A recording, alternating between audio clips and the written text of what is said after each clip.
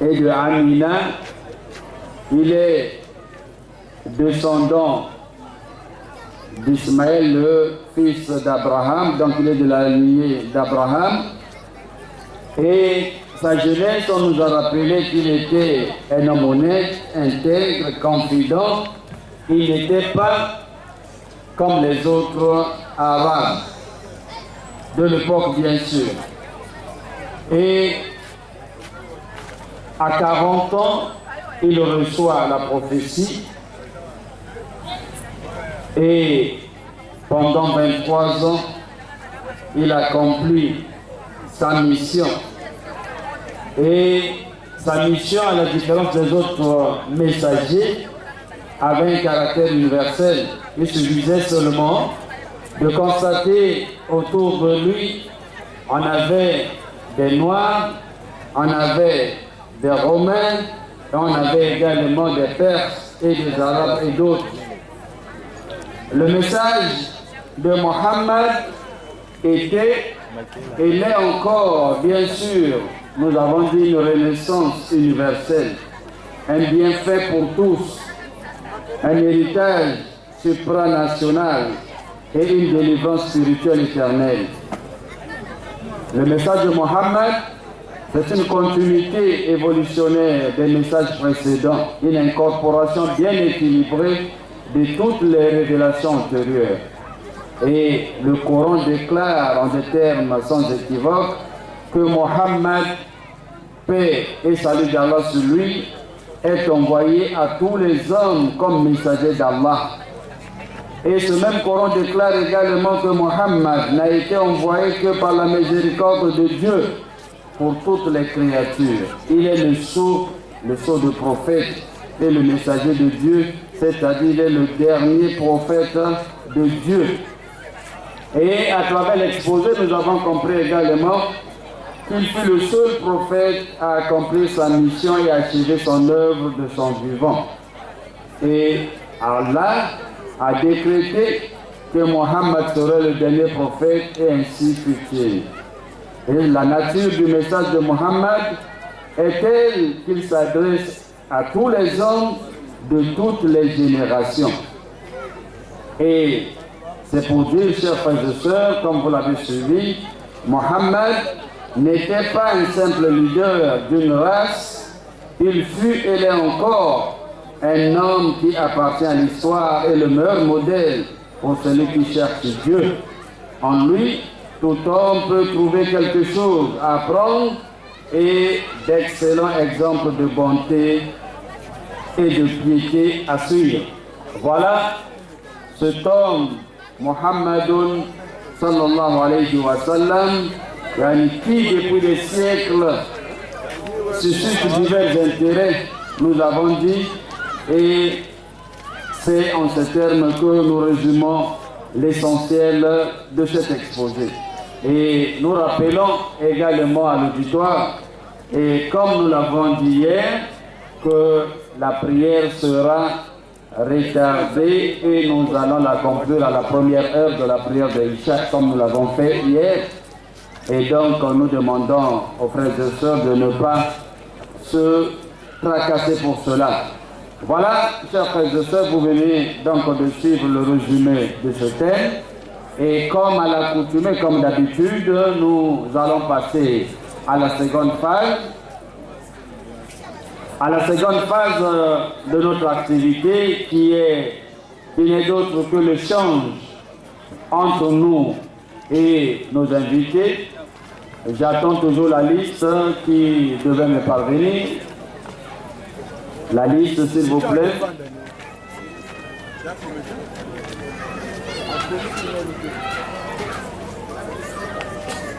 Donc nous rappelons à nos invités qu'il s'agit d'un échange et le thème développé est là.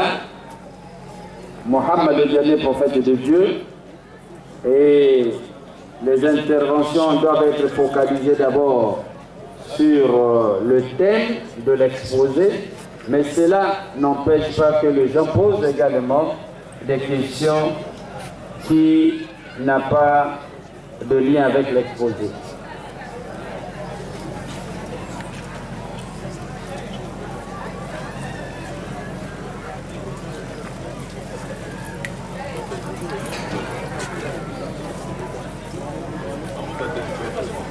Vous pouvez envoyer la première liste et compléter la liste au fur et à mesure. Ça nous fera gagner du temps.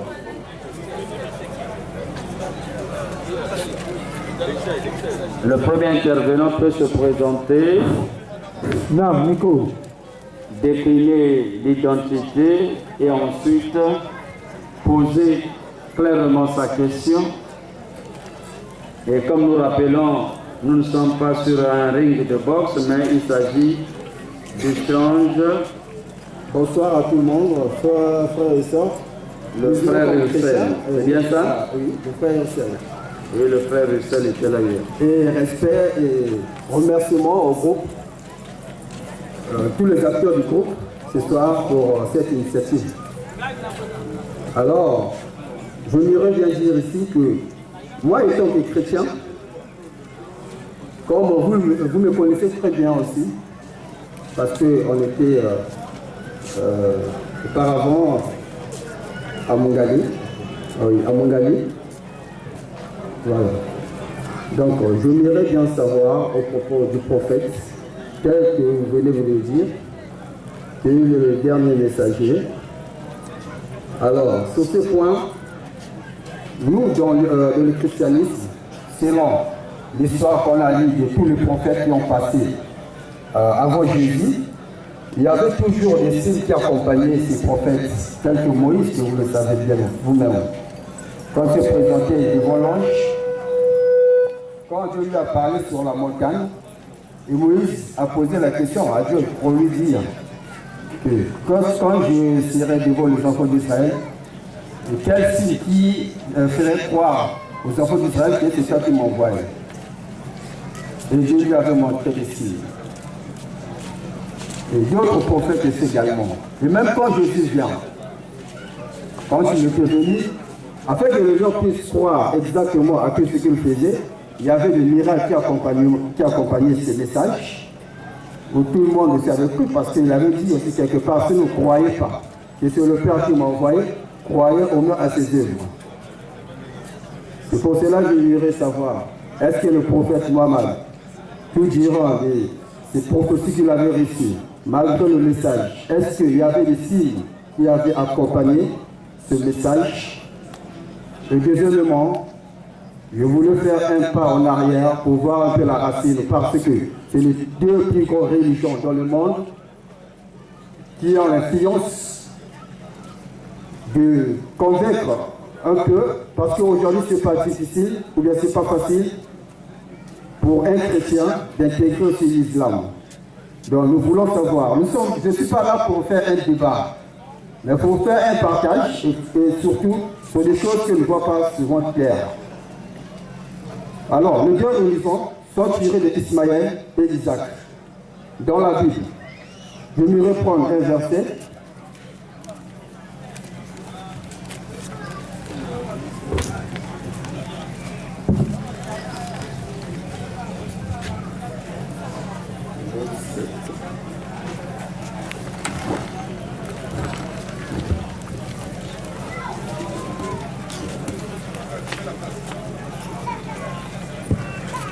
On va faire la lecture.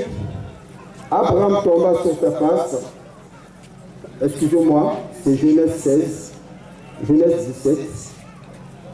Je commence partie 15.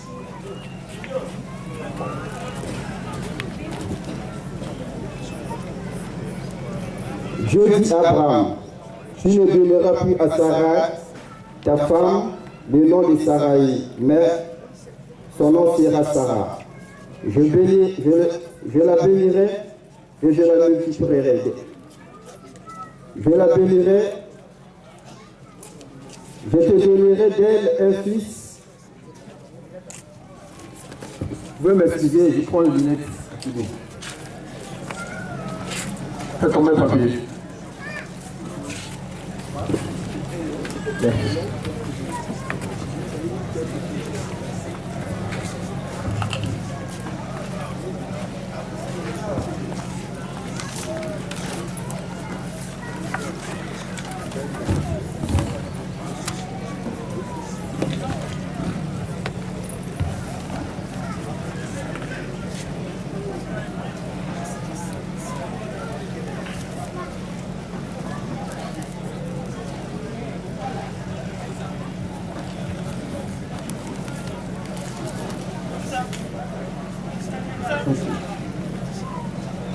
Je la bénirai et je la donnerai d'elle un fils.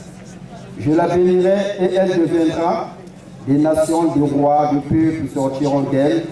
Abraham tomba sur sa face et rit et dit, en son cœur, naîtra-t-il un fils à un homme de ce soir de 100 ans, et Sarah, âgée de 90 ans, enfantera d'elle.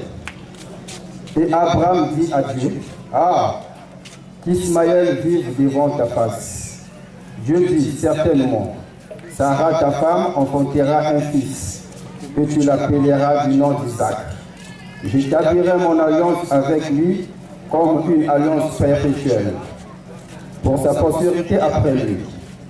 À l'égard d'Ismaël, je l'exaucerai, voici, je la bénirai, je la rendrai féconde et je la multiplierai. À l'infini, il engendrera 12 princes et je ferai de lui une grande nation. J'établirai mon alliance avec Isaac, que Sarah enfantera à cette époque-ci et l'année prochaine. Alors là, Abba, plutôt Dieu insista sur Ismaël. J'établirai mon alliance. Et si je remonte un peu dans Hébreu, parce que ce n'est pas que le point que je souligne ici, c'est que Dieu a répété cela. Donc cela veut dire qu'il a insisté sur ce point d'Isaac. J'établirai mon alliance à l'égard d'Ismaël. Il dit qu'il le multiplierait, il ferait de lui de presse, mais il insiste sur l'alliance. J'établirai mon alliance sur Isaac que Sarah aura mis au monde. Si je vais dans Hébreu,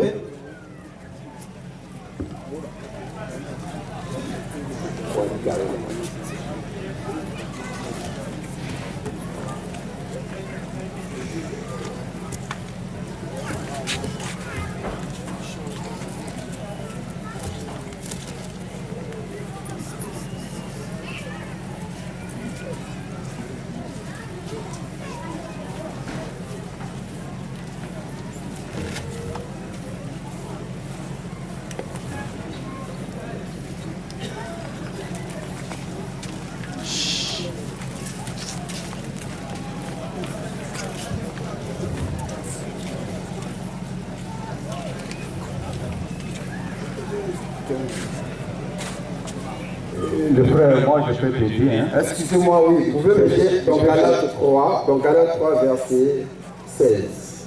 Galates combien? 3, verset 16.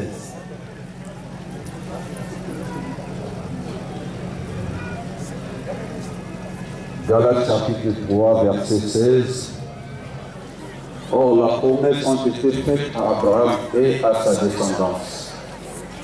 Il n'est pas dit et aux descendances comme s'il s'agissait de plusieurs, mais comme à une seule, et à ta descendance, c'est-à-dire à Jésus-Christ. Voilà, merci.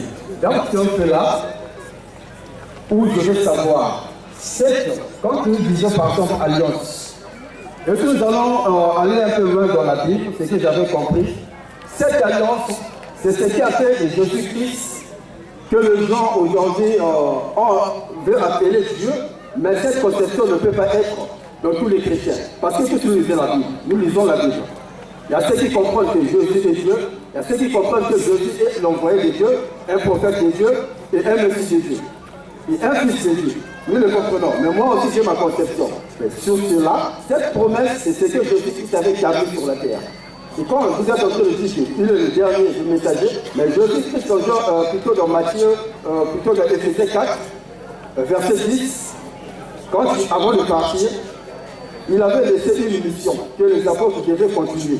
Et cette mission, il avait établi les uns comme apôtres, les autres comme prophètes, les autres comme évangélistes, les autres comme docteurs. Donc il y a des prophètes là. Et aujourd'hui, quelque part aussi dans l'Église chrétienne, dans cette religion christianiste, nous avons des prophètes.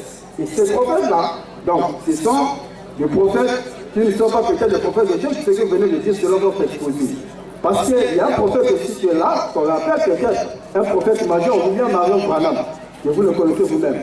Parce que ces autres aussi là-bas, c'est des chrétiens. Les autres sont comparés, eux ils disent aussi que non, c'est le dernier des prophètes. Donc, ici aussi, je viens d'apprendre que non, Allah est plutôt, excusez-moi, Mohamed est le dernier des prophètes. Donc, c'est là que je veux comprendre. Parce que cette alliance ici-là, c'est cette alliance que Jésus-Christ a manifestée sur la terre. Donc, c'est un peu ça. Et si vous pouvez me répondre, apparemment, je suis. Je vous remercie. Merci beaucoup. Je crois que vous avez suivi notre très intervention. Et son souci, c'est sur le dernier des prophètes que nous avons cité. Et il dit selon différentes conceptions, bien sûr, il y a beaucoup d'églises qui revendiquent également ce titre de dernier messager. Il a donné l'exemple des brahmanistes et d'autres prophètes encore. Et il a amené quelques versets dans la Bible, Genèse 17 et d'autres versets dans Matthieu, qui prouvent un peu cette alliance-là que Dieu avait décidé pour lui, l'accomplissement, la finalité de cette alliance-là, c'est avec Jésus-Christ. Donc, il voulait des éclaircissements sur tout cela. Et également le signe, oui, le signe de prophétie. Parce que qui appelle un prophète en réalité? C'est très important aussi.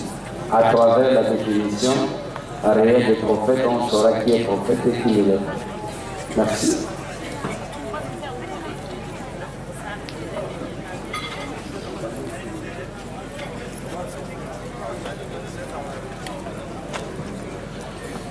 بسم الله الحمد لله رب العالمين والصلاة والسلام على رسول الله وبعد.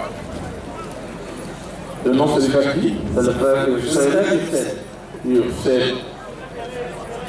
Yursel, je suis très content que tu reviennes sur notre exposé, ce qui prouve que tu as suivi très bien l'exposé. Donc je voudrais ici dire que le prophète Mohammed sur l'émission, il y a des signes, hein? Quand tu as parlé bien avant l'avènement d'un prophète, il faut qu'il y ait des signes, comme si tu pouvais aujourd'hui, dans l'Ancien Testament, tu ne veux pas trouver le nom de Jésus, mais il y a des prophéties qui parlent de l'avènement de Jésus. Est-ce que tu comprends? La même chose aussi, le prophète Mohammed sur l'émission. Je vais commencer par ce que je vous ai dit tout à l'heure, parlant de sa propre déclaration. Quand le prophète Mohammed sur l'émission se présente comme étant l'invocation de notre grand-père le patriarche Abraham. Dans le Saint-Coran, je vais vous dire ça, chapitre 2, verset 129. Le prophète Mohammed sur l'émission dit: je suis l'invocation, la prière faite par Abraham après avoir construit la Kaaba, cette maison sacrée où les musulmans vont pas pour adorer la Kaaba mais pour adorer Dieu. Alors ils ont formulé cette prière. Ça se trouve dans le Saint-Coran au chapitre 2, verset 129. Allah soit-il dit, Abraham parle: notre Seigneur envoie l'un des leurs comme messager à eux pour leur réciter des versets, leur enseigner le livre et la sagesse, les purifier, car c'est toi certes nous poussons le sage. Ça c'est la première chose. Il se réclame être l'invocation faite par Abraham. Avec son fils Ismaël, après avoir construit la Kaaba, ils ont demandé à l'exalté soit-il d'envoyer ce messager. Et je vous ai présenté dans l'un des versets au chapitre, dans le Saint-Coran, quand je vous parlais au chapitre 7, verset 158, Allah exalté soit-il a fait dire au prophète Mohammed ce qui suit: ô homme, je suis pour vous tous le messager d'Allah à qui appartient la royauté des cieux et de la terre. Et jusqu'à un moment, je vous ai dit, croyez donc en Allah, en son messager, le prophète illettré. Regarde ce grand signe. Il est très. Pense sur un seul instant, mon très cher frère, qu'un homme illettré qui ne connaît ni écrit. Parce que si Muhammad était lettré, on allait dire, comme ça se dit, qu'il a fait le plagiat de l'évangile de Jésus. Des puissants de la vie, je veux parler du Zabour, de la Torah de Moïse. Mais Dieu a mis dans sa bouche les paroles. Et si quelqu'un vous dit que le prophète était en train de lire le Coran, même dans un sens il vous a menti, il récitait. Dieu a fait à dessein pour montrer qu'il est capable. De la sorte qu'il a créé Jésus son Père, il a fait de Muhammad prophète à l'humanité tout entière, il est vrai. Il lui a doté de la connaissance de tout ce qui était passé. Comme vous voyez dans ce Coran, toutes les histoires, parlons de l'ordre, parlons de ceci. Le prophète ne reçoit ça que sous la révélation. Sans faire recours au plagiat comme les gens le disent. Encore, je vous ai dit que dans l'Ancien Testament, il y a des prophéties qui signalent l'avènement de Jésus. Nous allons lire avec toi au chapitre 61. Je parle dans l'Ancien Testament qui parle de l'avènement de Jésus. Le nom de Jésus n'est pas dans l'Ancien Testament. Mais il y a des prophéties qui parlent de son avènement. Dans le Saint-Coran, Jésus prophétise l'avènement de Muhammad sur une télévision. Je vais lire rapidement au chapitre 61. Vous relevez, peut-être que ça vous fera du bien. Parce que là où vous êtes déjà jugé. Si vous ne vous conformez pas, si vous ne vous conformez pas, voilà. Le verset 6, chapitre 61. Et quand Jésus, fils de Marie, dit aux enfants d'Israël, je suis vraiment le messager d'Allah envoyé à vous, confirmateur de ce qui est dans la Torah, est antérieur à moi et annonciateur d'un messager à venir après moi, dont le nom sera Ahmed. Nommément cité. Nommément cité, Muhammad a été cité bien avant qu'il ne soit. Dieu a révélé au prophète Muhammad que Jésus, fils de Marie, avait signalé son avènement. Et donc c'est ce que l'islam nous dit.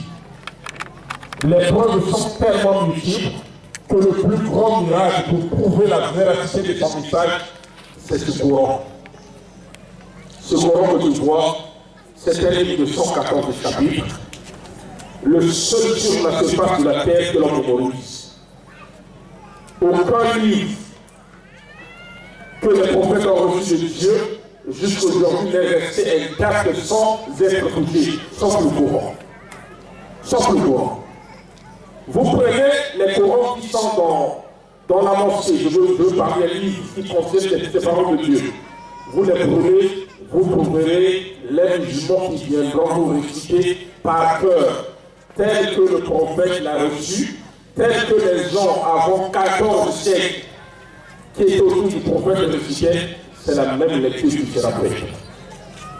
C'est ainsi, et c'est pour vous dire, pour terminer, on prendra aujourd'hui 16 chrétiens, on les mettra dans une maison avec tout ce qu'il faut comme aliment. Pendant des années, on prendra 2 musulmans ou un seul. On donnera, certains vont mémoriser la Bible et d'autres vont mémoriser le Coran. Je vous avoue en toute sincérité que celui qui va mémoriser le Coran va sortir vainqueur parce que ce livre est protégé auprès d'Allah depuis l'Oracole et sur cette terre, Allah l'a fait protéger dans les cœurs des humains. Il garde son authenticité, c'est un grand signe et qui change non seulement la société de Muhammad, mais toute la société, la preuve que vous avez suivi, la société de Muhammad qui était perverse bien avant son arrivée, aujourd'hui, si vous partez en Arabie Saoudite, vous ne trouverez même pas beaucoup d'alcool, vous ne trouverez pas des idoles qui sont autour de la Kaaba. Tout ça, ça a été aboli par l'enseignement de ce livre, l'enseignement de ce livre, de cette révélation qu'il a reçue de Dieu.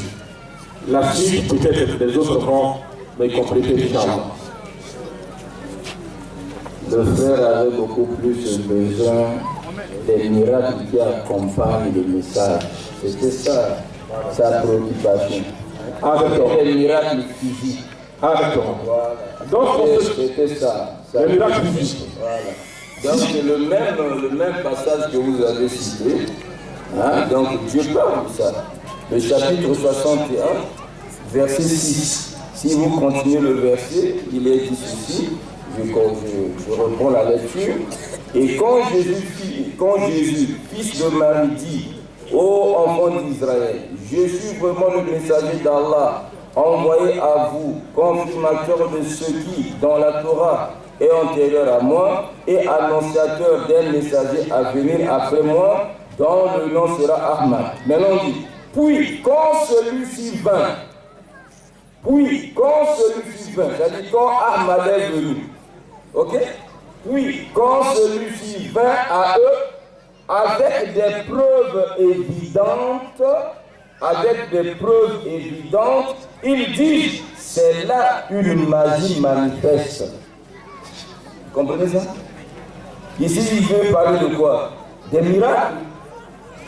Et vous comprenez ça? Donc ici, le Coran nous annonce déjà. Le problème, c'est que vous devez comprendre une chose. Il a parlé de ça. Il y a le Coran qui est la parole pure d'Allah, et il y a la sunna, les hadiths. Les hadiths qui sont donc l'ensemble des paroles, d'actes et des acquiescements du prophète qui expliquent la parole de Dieu. Donc ici déjà, Allah annonce que ce prophète-là a fait des miracles. Lesquels miracles ses contemporains ont qualifié de la magie. De magie. Et vous comprenez? Maintenant, quand nous partons dans la sunna, vous allez maintenant voir, si vous lisez maintenant la vie du prophète, sa biographie et tout, vous allez maintenant voir. Par exemple, les gens sont venus vers le prophète Mohammed pour dire qu'il n'y a plus d'eau. Il n'y a plus d'eau. Et les bêtes crèvent. Et nous avons soif. Il n'y avait qu'un petit récipient qui contenait de l'eau. Et le prophète a dit: apportez-le-moi. On lui a apporté ce récipient. Il a pris sa main droite. Il a plongé dans le récipient. Il retire sa main. La main suspendue, l'eau commence à jaillir entre ses doigts. L'eau jaillit. Les gens recueillent de l'eau et ont abreuvé leurs bêtes. Ils ont fait des réserves. La main du prophète était là suspendue, l'eau coulait. C'est ça ce que vous voulez. Allah a déjà annoncé ici. Il a fait des miracles, les gens appelaient ça magie. Il y a encore autre chose. Il a multiplié la nourriture. Oui, pendant qu'il creusait les fosses, cette histoire-là de la guerre des coalisés, oui, ça a commencé depuis là-bas. Aujourd'hui, vous avez les Américains avec les Occidentaux, les alliés, les coalisés pour combattre l'islam, ils ont leur ancêtre. Ça avait commencé depuis là-bas. Et je prends à lire rapidement l'histoire, c'est qu'après, voilà un compagnon, voyant le prophète, voyant la situation, l'état dans lequel se trouvait le prophète, il vient chuchoter à l'oreille du prophète, il dit: après ici, choisis au moins 10 personnes comme ça, qui a mangé chez moi, ne publie pas, il n'y a pas assez, juste pour au moins 10. Et le prophète, qu'est-ce qu'il a fait? Après tout, il a publié, il dit: un tel nous invite chez lui pour manger. Et voilà qu'il vient avec une foule immense. Quand le propriétaire de la maison voit le prophète accompagné d'une foule immense, il dit à sa femme, il dit: aujourd'hui, c'est la honte pour nous, nous sommes foutus. Parce que la nourriture qui est là, c'est juste pour quelques gens seulement, une dizaine de personnes. Voilà que le prophète a amené toute une foule. Qu'est-ce qu'on fera? Mais le prophète arrive, dès qu'il arrive, il donne le salam. Shalom, assalamu alaikum. Comprenez? Et puis il demande au propriétaire: montre-moi là où se trouve la nourriture. Et on lui a montré la marmite au feu. Il dit: gardez la marmite sur le feu. Et le prophète a béni cette nourriture-là. Il dit, montrez-moi du pain. On lui a montré le pain. Il a béni du pain. Et il a dit, partagez. Et on a commencé à faire rentrer les gens par 10, une dizaine des compagnons du prophète. Ils ont mangé. Et le prophète, tous ont mangé. Et on a demandé à cet apôtre, vous étiez à peu près combien? Il dit une centaine de personnes, des compagnons. Il dit, donnez aux voisins. Les voisins ont mangé. Tous les voisins, la nourriture était là. La marmite au feu, la nourriture ne diminuait pas. Le pain ne diminuait pas. Tout ça, le prophète a fait. Et quand il a fini, tout le monde a mangé et tout. Il dit maintenant aux gens de la maison, mangez maintenant, c'est votre tour. Ça, c'est le miracle physique que vous voulez. Ok? Je ne peux pas encore en citer. Troisième, vous voyez, son compagnon, l'œil est sorti de son orbite, tombe. Le prophète ramasse l'œil, prend l'œil, au nom d'Allah remet. Et l'œil revient à sa place sans trace. Il a fait. Mais nous les musulmans, nous ne prêchons pas ça. Parce que le prophète lui-même, il a appelé ça, c'est des petits miracles. Regardons aujourd'hui, ces miracles physiques que tous les prophètes ont fait pour accompagner le message. Où est-ce qu'ils sont aujourd'hui? Ils ont disparu. Ils ont disparu. Aujourd'hui, qui ressuscite les morts? Vous voyez? Aujourd'hui, qui ressuscite? Jésus a ressuscité. Ok? Par la permission d'Allah. Au temps de Moïse, ça s'est fait. D'autres prophètes encore, ça s'est fait dans la Bible. Ok? Ils ont multiplié la nourriture. Ils ont marché sur l'eau. Les compagnons du prophète ont marché sur l'eau. Ils ont marché sur l'eau. Tout cela, ça s'est produit. Mais aujourd'hui, il a dit fait ça. C'est passé. Voilà pourquoi il a dit, mon plus grand miracle, c'est le Coran. Parce que lui ne passe pas. C'est la parole de Dieu. C'est ça qui transforme l'homme. Si le miracle était vraiment ce qui devait convaincre, on n'allait pas ressentir justement les mécréants après la production du miracle. Ils devaient regarder le miracle qui se produit, ils appellent ça magie. Et il y a eu encore autre chose qui s'est passé. Il y a tout un chapitre, Al-Qamma. Permettez, je vais citer. Chapitre 54. 54. Vous voyez, le chapitre 54 du Coran. Le chapitre 54 du Coran, verset 1 à 2. Ok? Il est dit quoi ici? Chapitre 54 du Coran, chapitre la lune. Ouais, vous avez le Coran là? On vous a donné le Coran. Voilà. Non, je cite d'abord ce miracle. Je cite d'abord ce miracle qui s'est produit à l'époque du prophète.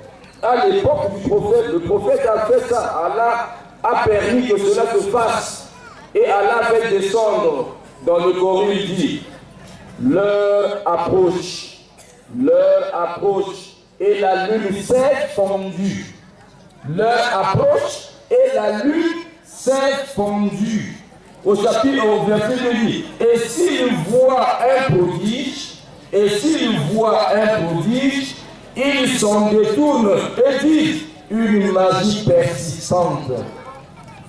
Comprenez? Ça s'est passé à l'époque du prophète. Ils ont demandé le miracle, Allah a fondu la lune et les gens ont vu. Partout, vers la Syrie, partout ils ont vu ce miracle-là. Partout ils ont vu. Mais ils ont appelé ça quoi? Magie. Donc, quand les chrétiens disent, mais Mohamed, est-ce qu'il a fait des miracles? Mohamed a fait des miracles.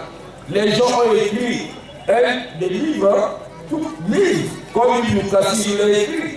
Vous avez des milliers de miracles, des milliers, ils ont comptabilisé. C'est des milliers de miracles que Mohamed a opérés. Nous appelons ça ici, c'est-à-dire des miracles physiques, matériels. Mais nous, ce qui nous importe, c'est le miracle spirituel qui est donc la parole qui transforme. Voilà donc pour votre préoccupation. Maintenant, ce qui concerne l'alliance et tout. Donc, notre frère le Kaka, ici, on dirait que vous avez un passage là où vous pouvez lire, on vous a donné concernant ce miracle-là. Oui, qu'est-ce qu'on dit? C'est une histoire, c'est ça? Oui. Le mystère de la grande fissure lunaire.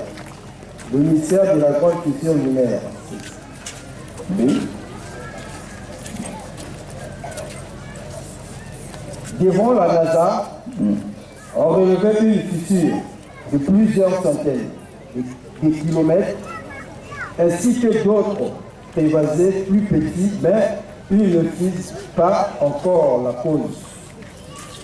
Ils ne savent pas encore la cause, qui leur donnait naissance un mystère de plus pour notre lune.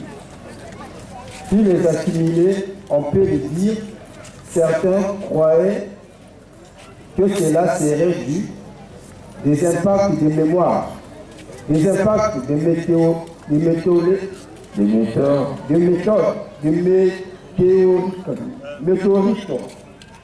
D'autres pensaient des écoulements de lave, mais ce n'est que des phytéoses. C'est trop scientifique, hein? C'est trop scientifique, là. Oui.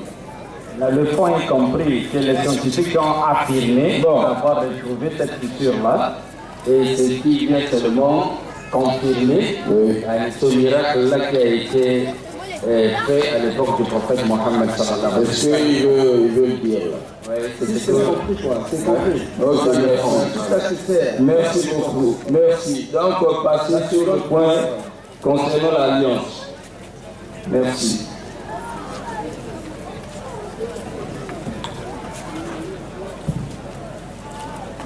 Assalamu alaikum wa rahmatullah. Wa alaikum salam wa rahmatullahi wa barakatuh. Alhamdulillah. والصلاة والسلام على من نبي بعده وعلى آله وأصحابه ومن تبعهم بإحسان إلى يوم الدين. أما بعد. Je suis un peu la nature de la question de notre frère. C'est une très bonne question parce que vous aviez besoin. Déjà, vous avez reçu la totalité de la réponse en ce qui concerne la partie liée au miracle, aux signes et aux prodiges que notre Seigneur a accompli, n'est-ce pas, par sa permission à lui, au travers du ministère ou au travers de l'apostolat de notre prophète Mohammed sallallahu alayhi wa sallam. Donc, nous n'avons plus rien à ajouter. C'est tellement clair. Et vous voyez, c'est même cela qui fait la fierté et la suprématie de la religion prêchée par le prophète Mohammed sur toutes les autres religions prêchées par ses prédécesseurs. Pourquoi? Allez dans toutes les confessions, dans toutes les communautés, vous verrez la manière dont ils sont en train d'élever les miracles et les signes.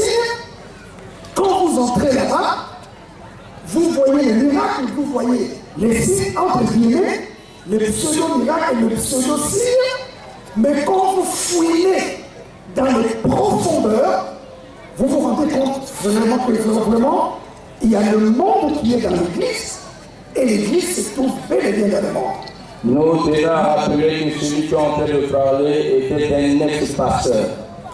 Ex-pasteur converti à l'islam. 25 ans, 27 ans de ministère. Voilà. Et son église s'appelait déjà comment? Chapelle de la réconciliation. Chapelle de la réconciliation. Merci. C'était juste ce petit rappel.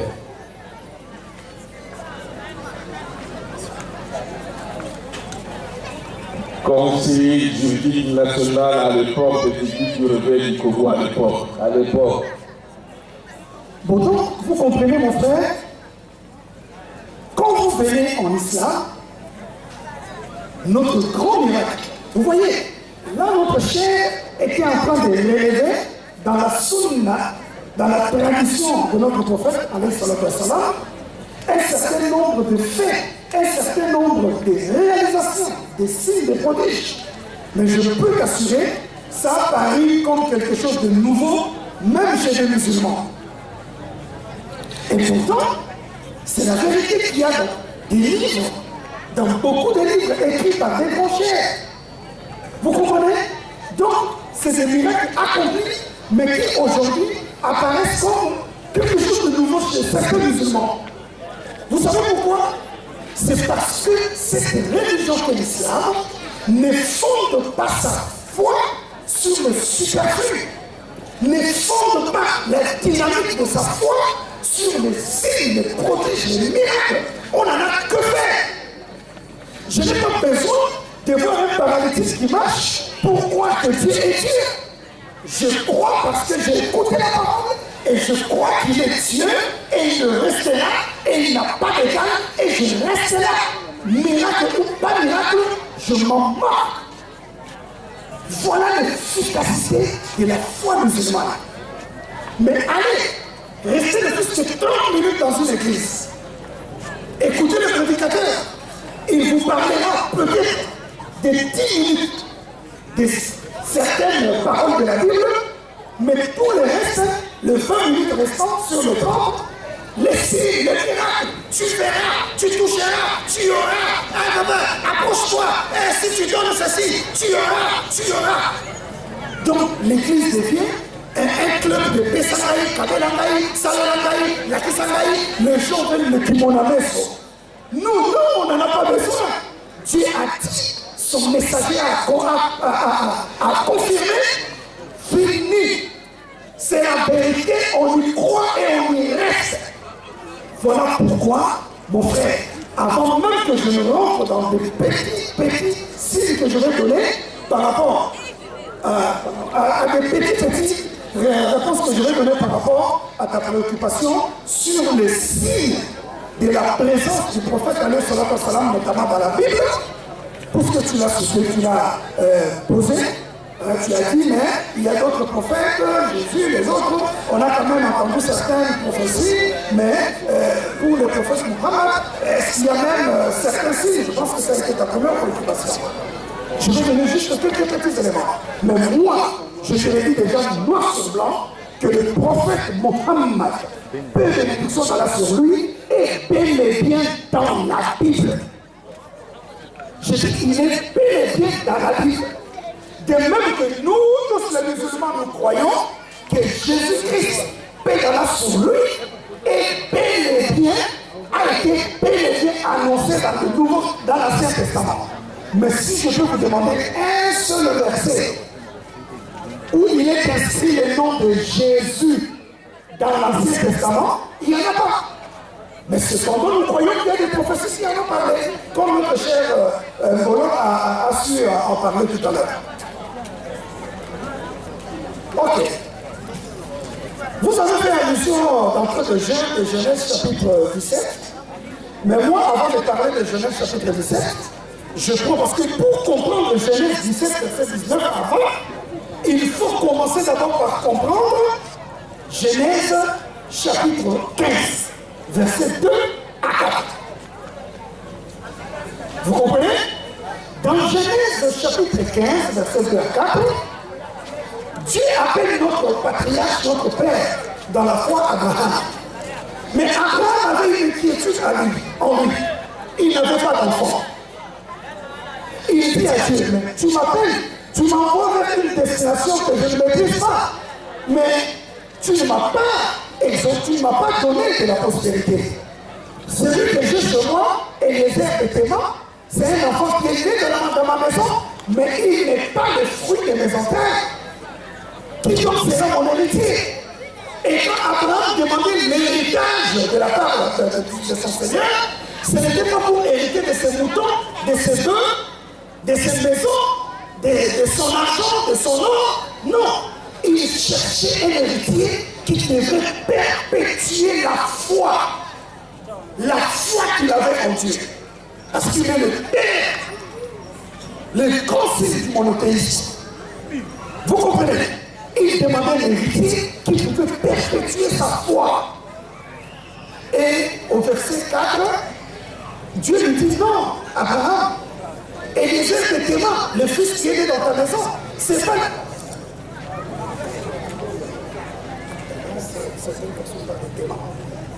Donc Eliezer n'est pas l'héritier qui succédera à toi. Car je t'accorderai un héritier. Mais écoutez ce que Genèse 20 dit. Hein.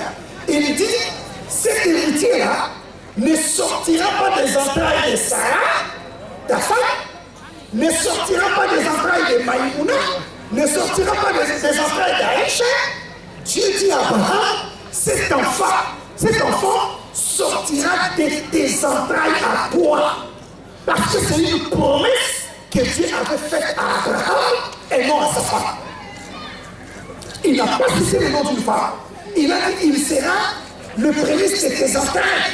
La force de ta vigueur, il sortira de tes entrailles.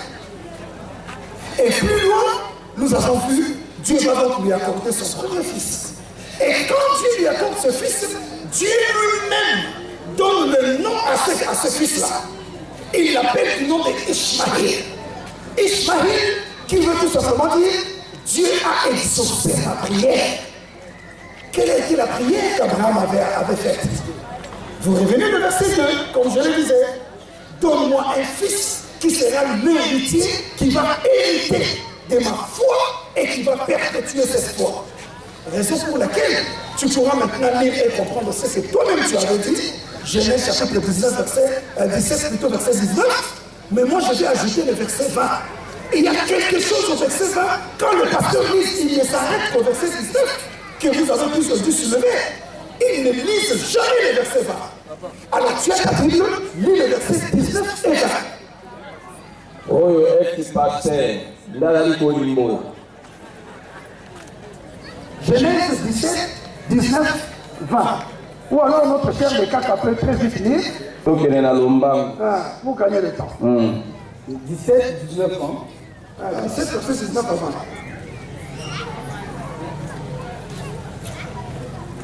En tout cas, si c'est une difficulté, nous on peut lire pour aller très vite. Dieu dit certainement, c'est ça, Sarah, ta femme, enfantera un fils.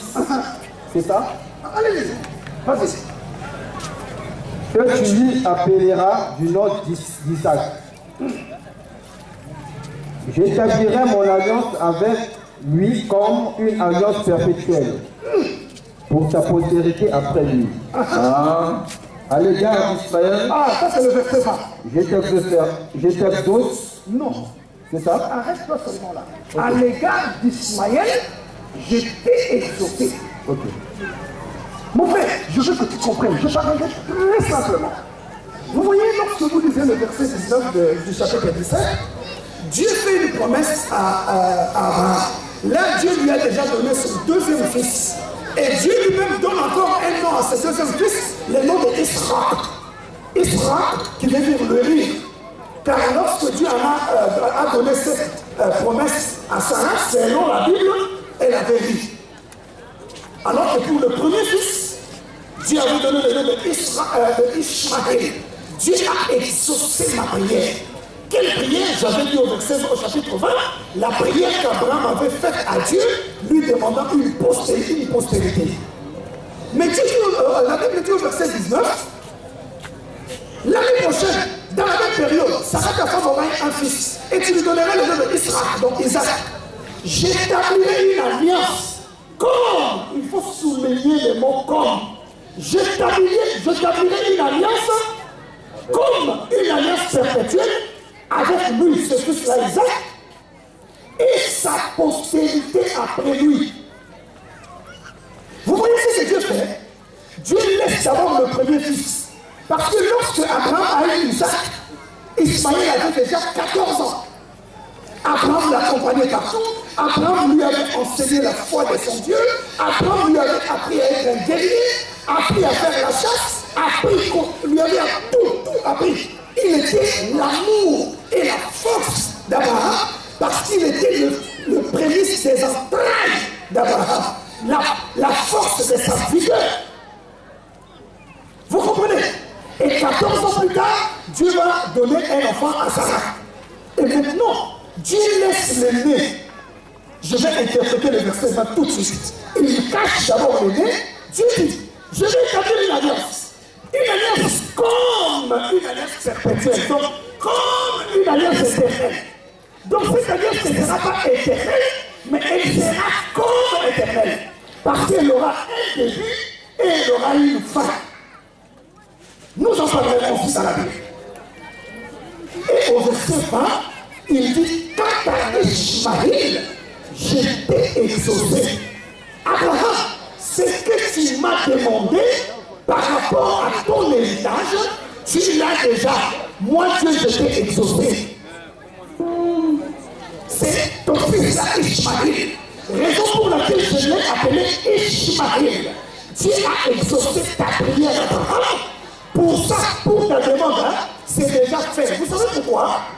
Dieu s'est arrêté là et il a décrit les bénédictions que Ismaël aura et aussi celles que Isaac aura.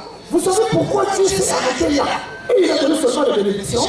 Parce que Dieu savait la promesse qu'il allait faire avec Isaac et sa postérité après lui. Et vous verrez là où Dieu dit au verset 19, l'alliance avec Isaac et sa postérité avec lui, après lui, la Bible a mis un point. C'est pas une virgule. C'est avec sa postérité, point barre. Pas d'autre personne. Pas avec l'humanité. Pas avec l'humanité. Qu'avec la postérité d'Isaac. Point. Et après le point, Dieu dit, quant à Ishmaël, Abraham, je t'ai exaucé. Depuis que Dieu avait dit ça à Abraham, paix de Dieu sur lui, Abraham dormait en paix, il mangeait en paix parce qu'il savait. Il y aura beaucoup d'années, son fils Isaac régnera à travers une alliance qui sera comme perpétuelle, sans être perpétuelle, comme perpétuelle. Mais cette alliance-là aura une fin lorsque le messager de la nouvelle alliance viendra, qui viendra venir clôturer la chaîne prophétique en Israël. Et ces messagers de la nouvelle alliance qui sera venu pour réconcilier les deux maisons d'Israël qui s'étaient séparées après la mort du roi Salomon, en deux, le royaume du nord qui avait sa capitale en Samarie et le royaume du sud de Juda qui avait comme capitale Jérusalem. Et quand Jésus arrive, il était comme le messager de la nouvelle alliance. Et après Jésus, il n'y aura plus de prophètes en Israël.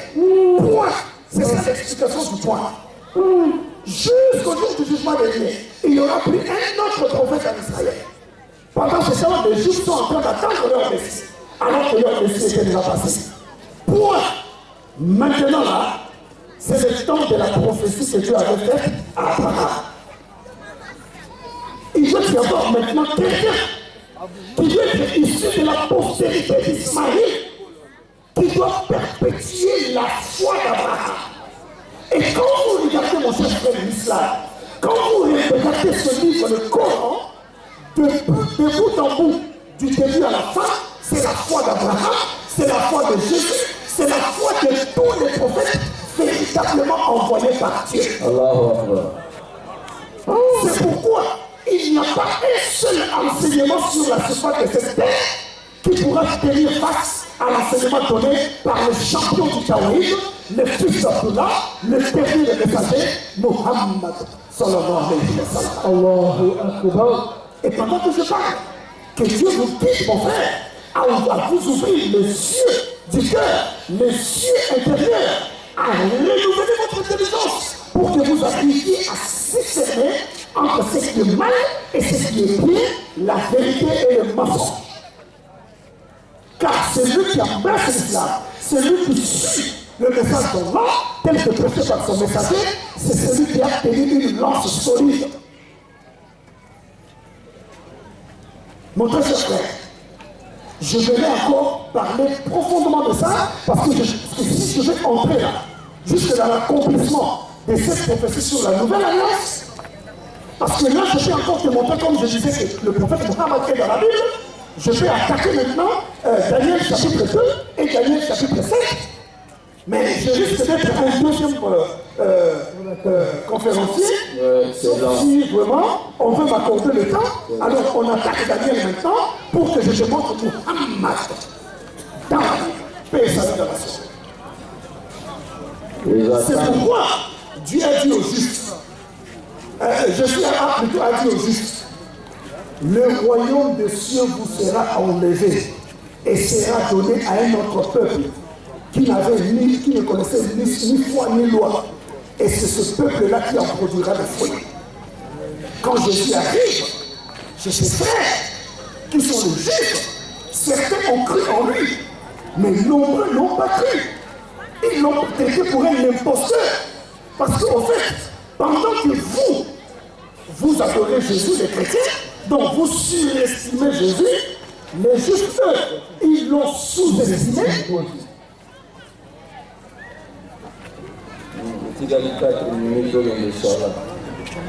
Les Juifs l'ont surestimé, sous-estimé, parce que jusqu'à présent, les Juifs traitent Jésus pour un imposteur. Et ils traitent sa mère Marie pour une prostituée. Et pour les Juifs, les deux sont en affaire. Et ils continuent à attendre leur Messie. Cependant, donc ils l'ont sous-estimé. Cependant, les chrétiens, ils l'ont surestimé en faisant de lui Dieu, Père et Saint-Esprit. Mais nous, les musulmans, nous sommes une communauté de la juste milieu. Nous ne tâtonnons pas. Parce que nous sommes assis sur l'enseignement donné par tous les prophètes. Que Dieu est unique et en dehors de lui, il n'y a ni secours, il n'y a ni salut, il est Dieu aujourd'hui, hier et éternellement. Vous voyez? Et c'est pourquoi Jésus a dit aux enfants d'Israël, le royaume de Dieu vous sera ôté et sera donné à un autre peuple qui en produira le fruit. Et qui est donc ce peuple? Qui est ce peuple, mon frère? Les chrétiens. Vous comprenez? Qui est ce peuple? C'est pourquoi quand vous remontez encore dans Genèse, dans Deutéronome, je crois, lorsque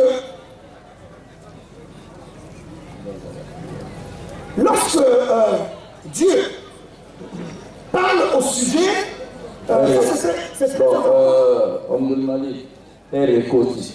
bon, on prie d'abord. Mon frère, voilà, et les autres non-musulmans, vous allez nous accorder une vingtaine de minutes, le temps justement de faire la prière, donner le droit du Seigneur, et nous allons revenir pour continuer nos échanges. Merci pour la compréhension. Merci pour votre aimable attention et nous remercions tout à chacun. Lolita Azan, Lolita. Nana Lolita. Lolita Mbaramoto.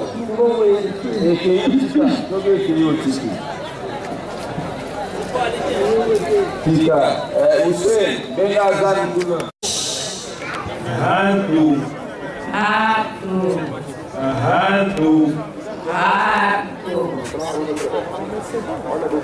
Ila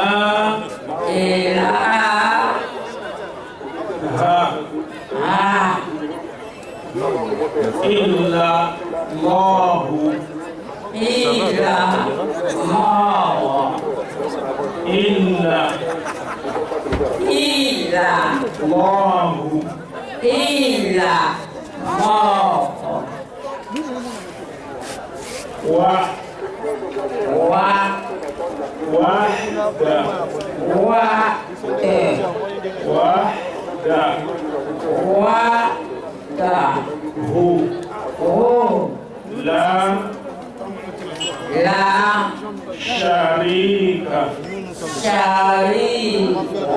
lahu wa ashhadu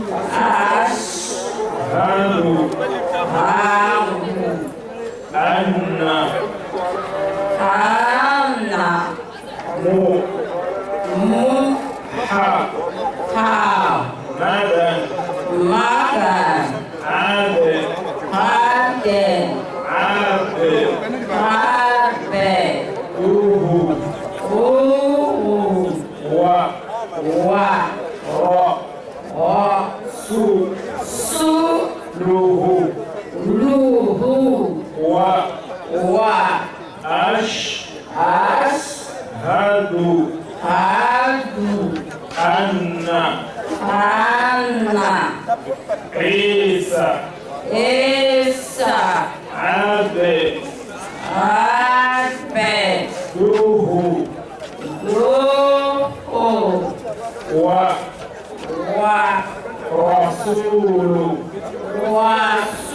Rasuluhu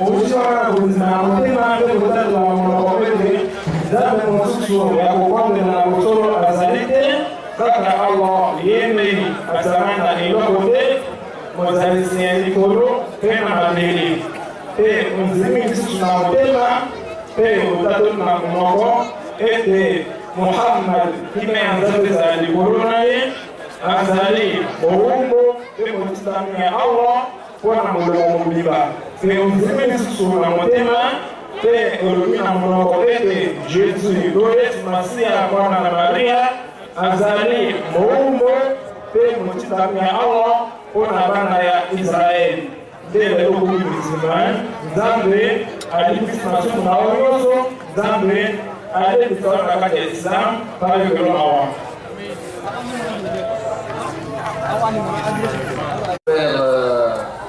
Dali se prépare. Vous avez la parole, Cheikh Abdelmani.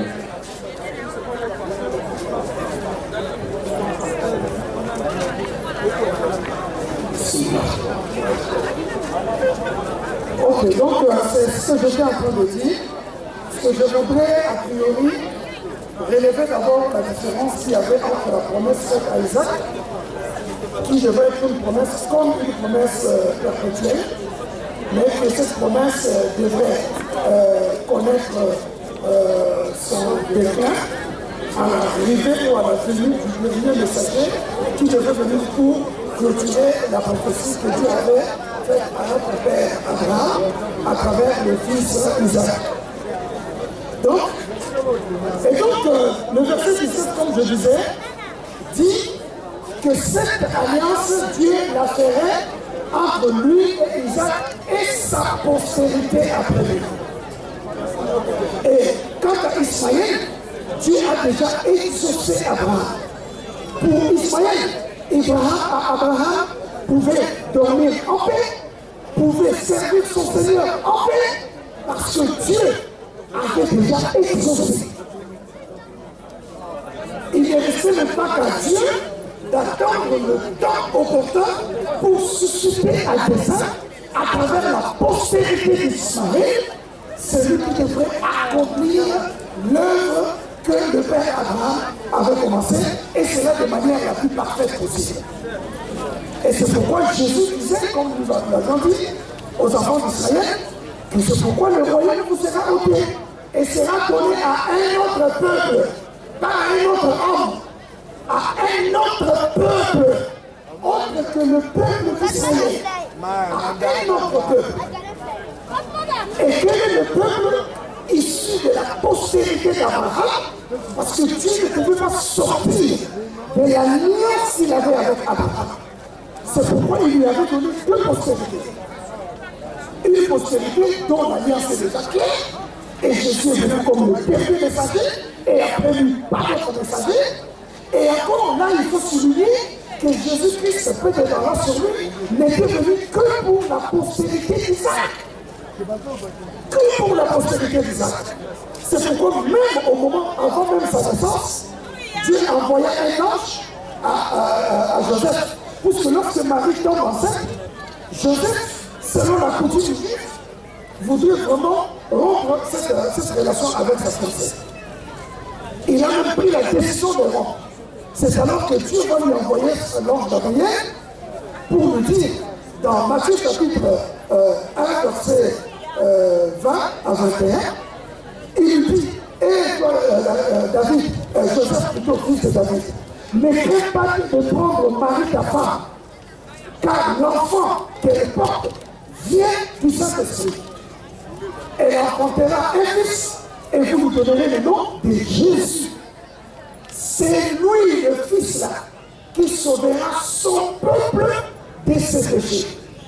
Quel peuple? Matthieu chapitre 2, verset 6. Et toi, Bethléem, terre de Juda, tu n'es certes pas la moindre parmi les principales villes de Juda, car de toi sortira un chef qui, Jésus-Christ, qui mettra Israël, mon peuple. Et Jésus lui-même répond à la femme cananéenne, il lui dit, femme, je n'ai été envoyé brebis perdues de la maison d'Israël, de la maison de Jacob. Matthieu 15, 24. 15, verset 24. Donc, Jésus n'est jamais sorti de la ligne prophétique relative à la promesse de Dieu à Abraham à travers son fils Isaac et sa postérité après lui, point. Mais qui est donc ce peuple? Un autre peuple, autre que le peuple d'Israël, avec qui Dieu tissera également une alliance. Une alliance issue de la promesse qu'il avait faite à Abraham. Ce peuple-là qui devrait conserver et manifester les attributs de la foi d'Abraham. Qui est ce peuple-là? Et ce peuple-là ne pouvait sortir que de la postérité d'Abraham. Or, Abraham n'avait que deux postérités.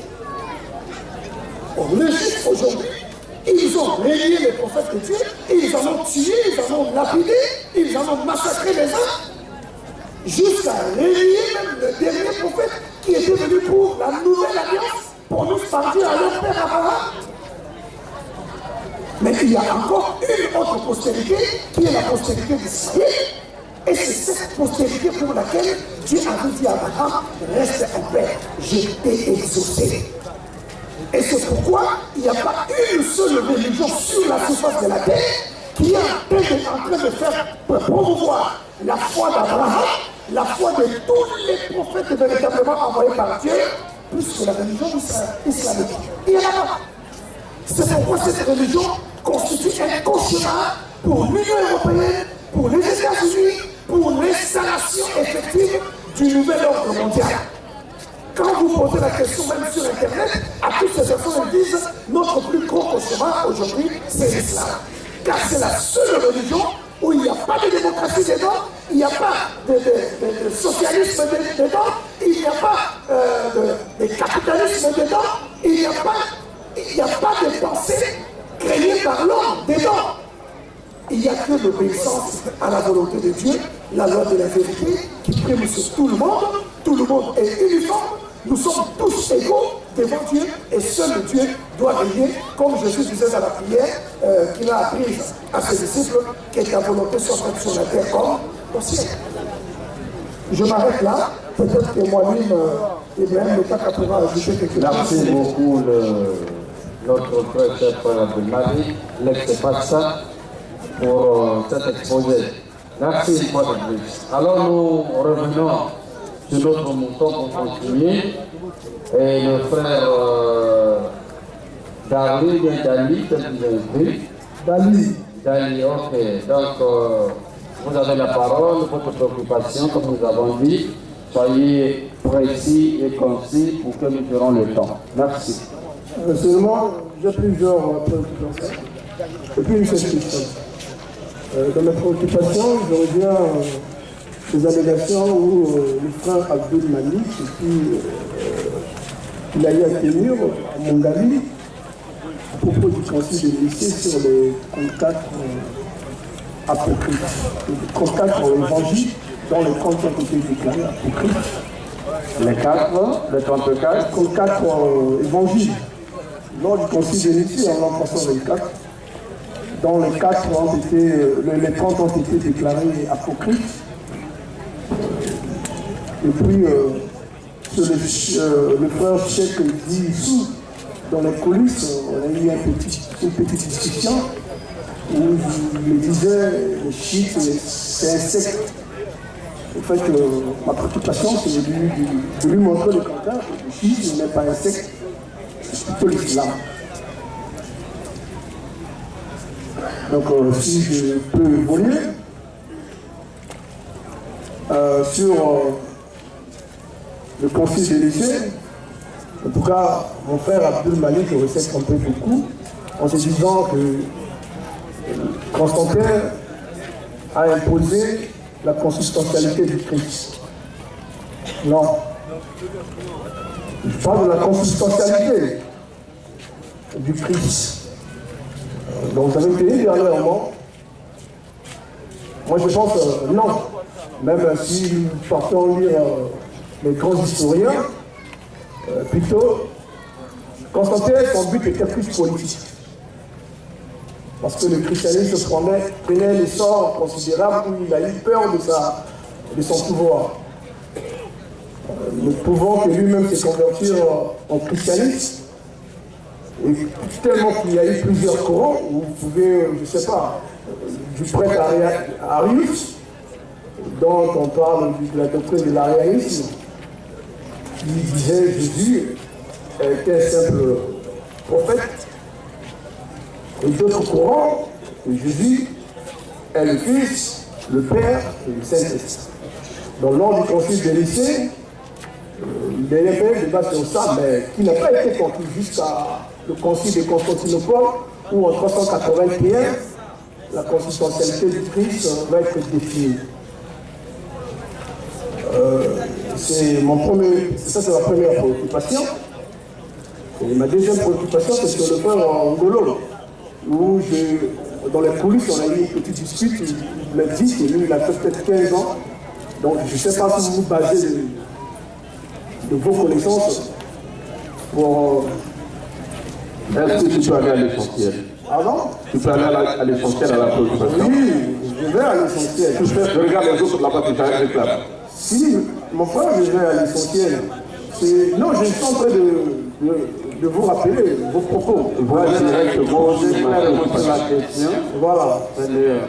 Mon frère, je suis désolé, le fils est un secte pas dans un sens péjoratif, puisque le mot est tellement large, il y a son extension, il y a son stricto sensu, mais si nous allons dans le sens large du mot, même en arabe, shia veut dire partisan.